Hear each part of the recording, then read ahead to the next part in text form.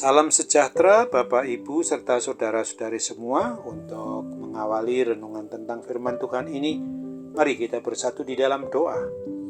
Tuhan Allah Bapa di sorga yang melebihi segala akal, hati, dan pikiran kami umat manusia, berfirmanlah kepada kami sebab kami bersedia untuk mendengar, dan oleh pertolongan Roh Kudus saja mampukan kami supaya boleh melaksanakan firman-Mu itu dalam hidup kami setiap harinya. Hanya dalam nama Tuhan Yesus kami mau berdoa bersyukur kepadamu dengan sepenuh hati kami ini.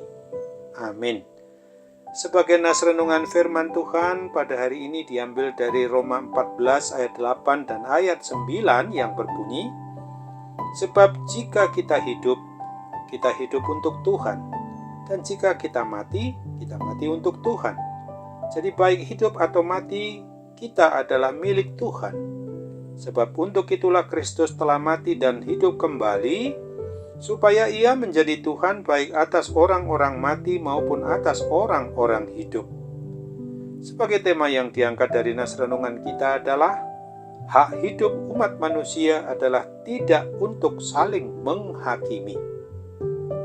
Setiap diri pribadi kita umat manusia ini pasti pernah mengalami masa pertemanan, perkawanan yang unik pada waktu kita masih di masa kanak-kanak dulu.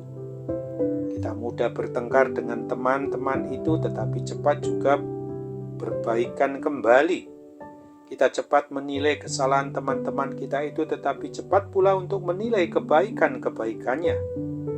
Seiring dengan bertambahnya umur atau bertambahnya usia, bahkan sampai dewasa, kita tetap cepat untuk menilai kesalahan teman-teman maupun rekan-rekan kita itu. Akan tetapi apakah kita juga cepat untuk menilai tentang kebaikan dari teman-teman atau rekan-rekan kita ini? Seringkali ingatan akan kesalahan orang di luar dari diri kita itu lebih besar daripada kebaikan-kebaikan yang dilakukan oleh teman-teman atau rekan-rekan kita untuk lebih diingat. Tanpa kita sadari, kita sering menjadi semakin cepat untuk menghakimi orang lain. Pertanyaannya yang patut untuk direnungkan setiap diri kita adalah, apakah kita punya hak untuk menghakimi orang lain di luar dari diri kita? Apakah kita berhak untuk menilai kesalahan-kesalahan yang diperbuat oleh orang lain? Jawabannya tentu tidak. Jawaban ini adalah ajaran maupun juga ajakan sebagaimana yang Rasul Paulus juga tuliskan di dalam firman Tuhan yang ia berikan kepada jemaat di kota Roma pada masa dulu maupun ditujukan kepada kita pada masa kini dan di sini di mana kita hidup. Di dalam nas renungan firman Tuhan pada hari ini, paling tidak terdapat adanya dua alasan yang Rasul Paulus ingatkan atau yang ia mau sampaikan kepada kita, mengapa kita tidak boleh menghakimi orang lain. Pertama-tama adalah bahwa kita ini semua adalah sama-sama sebagai milik Tuhan, bukan milik diri kita sendiri, baik hidup maupun mati kita.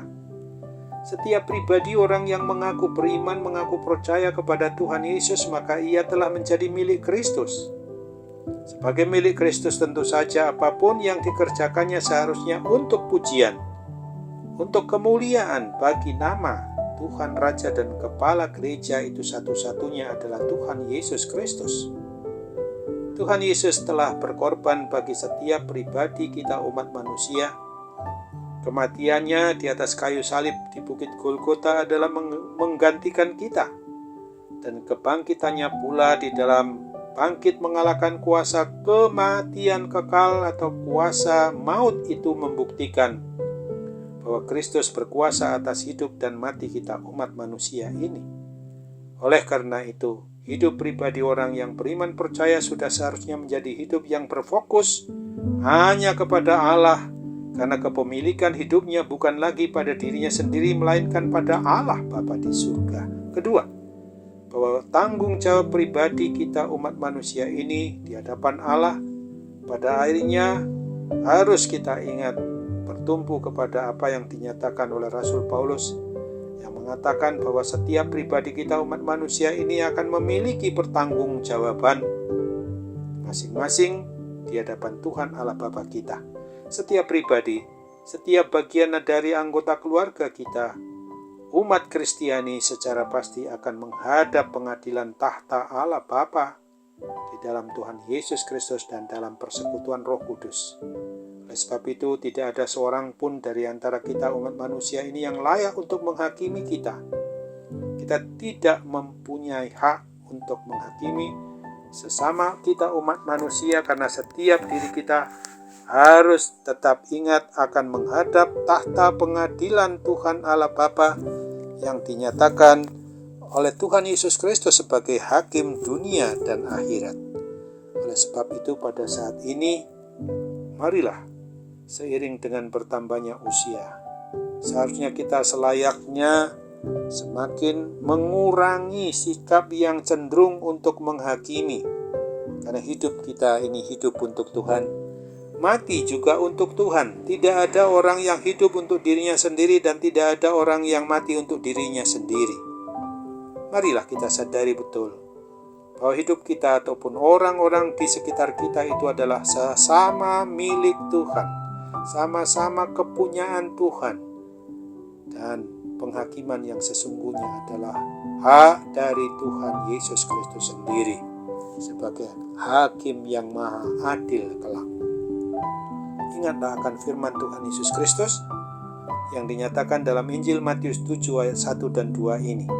Jangan kamu menghakimi supaya kamu tidak dihakimi, karena dengan penghakiman yang kamu pakai untuk menghakimi, kamu akan dihakimi, dan ukuran yang kamu pakai untuk mengukur akan diukurkan kepadamu. Amin. Terima kasih Tuhan Bapa di surga, terima kasih untuk firman-Mu yang sudah boleh mengingatkan kami pada hari ini. Itu sebabnya ketika kami juga boleh mengurangi dalam diri kami ini supaya jangan cenderung menghakimi, tetapi justru harus mengasihi, memaafkan orang yang bersalah kepada kami terlebih dahulu. Kami percaya bahwa Tuhan juga menolong kami ketika sakit penyakit ada pada diri kami ini. Mujizat kesembuhan-Mu tetap berlaku dalam diri kami. Kami percaya Tuhan menyambut harapan dan doa kami ini, karena hanya dalam nama Tuhan Yesus jadilah kehendak-Mu. Amin.